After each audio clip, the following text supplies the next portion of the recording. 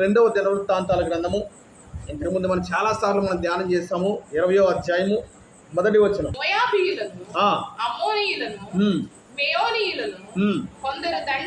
కొందరు దండెత్తి యెహోషాపాతు మీదకి వచ్చారు. చాలండి, ఇక్కడ మనం చూసినట్లయితే కనుక ఈ యొక్క నెహెమ్యాకు ఎదురైన సందర్భమే ఇక్కడ కూడా యెహోషాపాతుకి ఎదురవుతూ ఉంది. ఇలాంటి సందర్భమే ఇక్కడ కనబడుతూ ఉంది. యెహోషాపాతు మీదకి 3 దేశాల వారు ఏం చేశారు?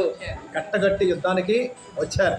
వచ్చినప్పుడు ఈ యెహోషాపాతు యొక్క పరిస్థితి ఏ రీతిగా కనబడుతుందంటే 3వ వచనం చదవండి.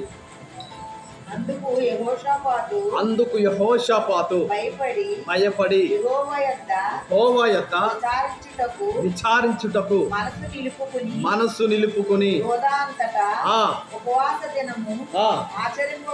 ఆచరింపవలనని చాటింపగా. చాలండి, ఇక్కడ మనం చూసినట్లయితే ఎప్పుడైతే 3 దేశాల వారు యుద్ధానికి వచ్చేసారో నెహెమ్యా ఏం చేస్తున్నాడు?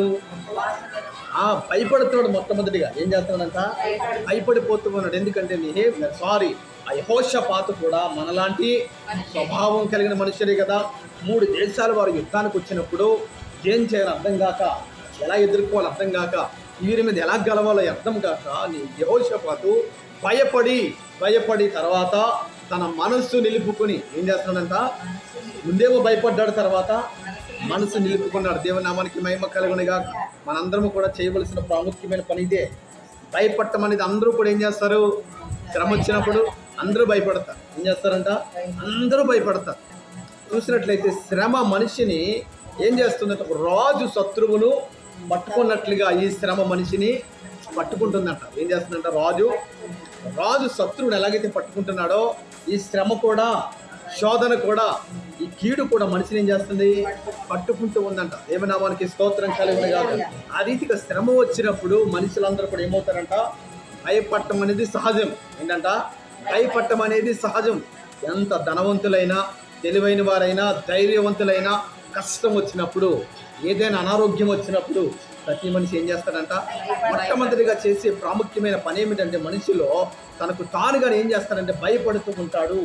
ఆ క్షణంలో భయపడతాడు, తర్వాత చేరుకుంటాడు. ఎలాగా?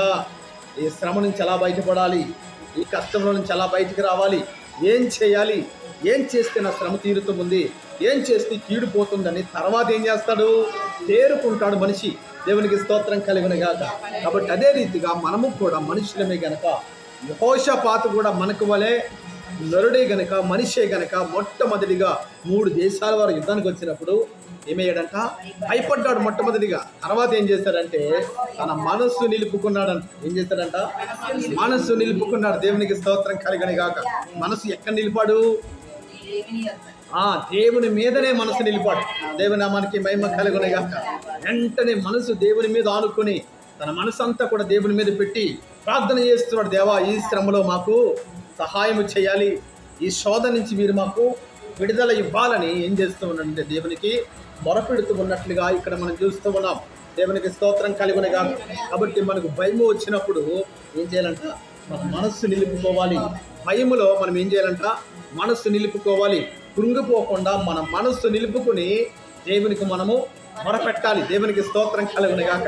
ఎప్పుడైతే మన మనసు దేవుని మీద నిలుపుతూ ఉంటామో, ఎప్పుడైతే మన మనసు దేవుని మీద ఆనుకుంటూ ఉందో దేవుడు వెంటనే మన ప్రార్థన ఆలకిస్తాడు. దేవుని నామానికి మహిమ కలుగును గాక.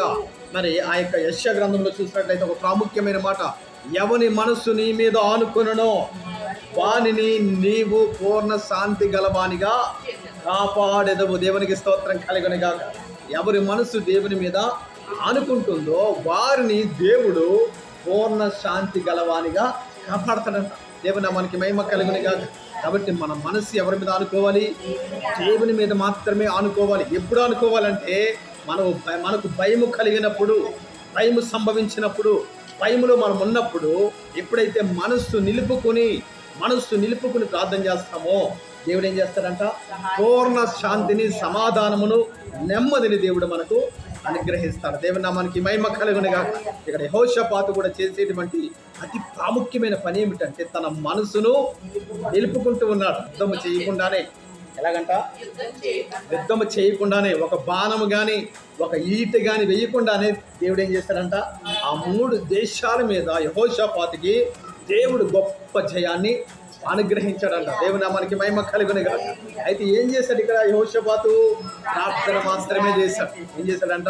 ప్రార్థన మాత్రమే చేశాడు. ఇక్కడ యెహోషాపాతు యుద్ధము చేయగలడు, సైన్యం కూడా ఉంది, విస్తారమైన ఆయుధాలు కూడా ఉన్నాయి. అయినప్పటికీ కూడా అవేమీ కూడా పనికి రావని యెహోషాపాతు గుర్తించినప్పుడు, తెలుసుకున్నప్పుడు ఒకే ఒక మార్గాన్ని ఎంచుకున్నాడు. ఏంటా మార్గము?